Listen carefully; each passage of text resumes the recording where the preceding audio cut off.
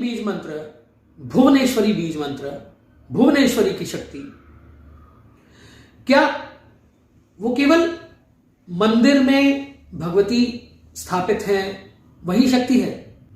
जीवन के निर्माण की एक एक जो एफर्ट है जो आप करते हैं उसमें आप भगवती भुवनेश्वरी का साक्ष्य कीजिए।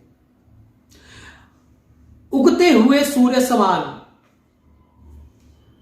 अब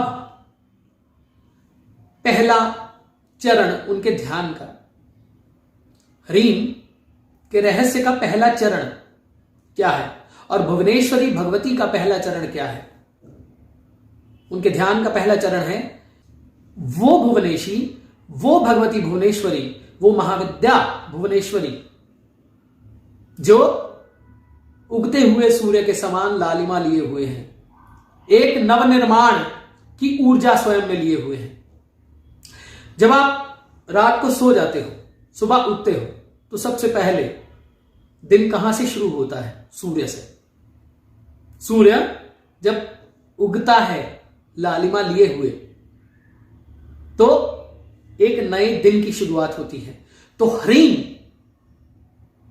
और भगवती भुवनेश्वरी वो शक्ति है जो जीवन में प्रत्येक स्थिति में नवनिर्माण कर सकती है। कैसे, वो भी बात करते हैं। दूसरा, चंद्र। चंद्र मन का स्वामी, सूर्य आत्मा का स्वामी और लॉन्जेटिविटी आयु का स्वामी। चंद्र मन का स्वामी। चंद्र धारण किया है, इसका अर्थ क्या है?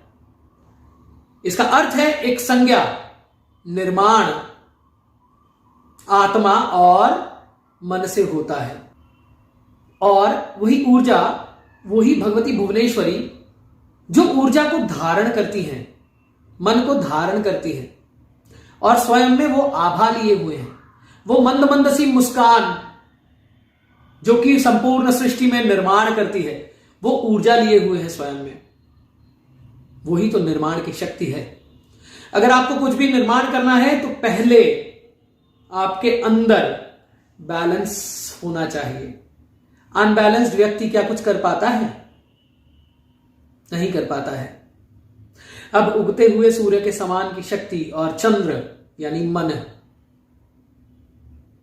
को धारण किए हुए अब आप एक लक्ष्यता पे जब चलते हैं तो ऊर्जा चाहिए, क्योंकि अब इसको डीप सेंसेस में सोचें तो निर्माण की तरफ जो ऊर्जा है वो भी तो एक विचार है और वो भी तो ऊर्जा है, विचार भी तो ऊर्जा है। और उस विचार में पथ भ्रष्ट करना या पथहीन करना या पथवान करना और प्रगति की ओर अग्रसर करना, ये भी तो एक ऊर्जा है।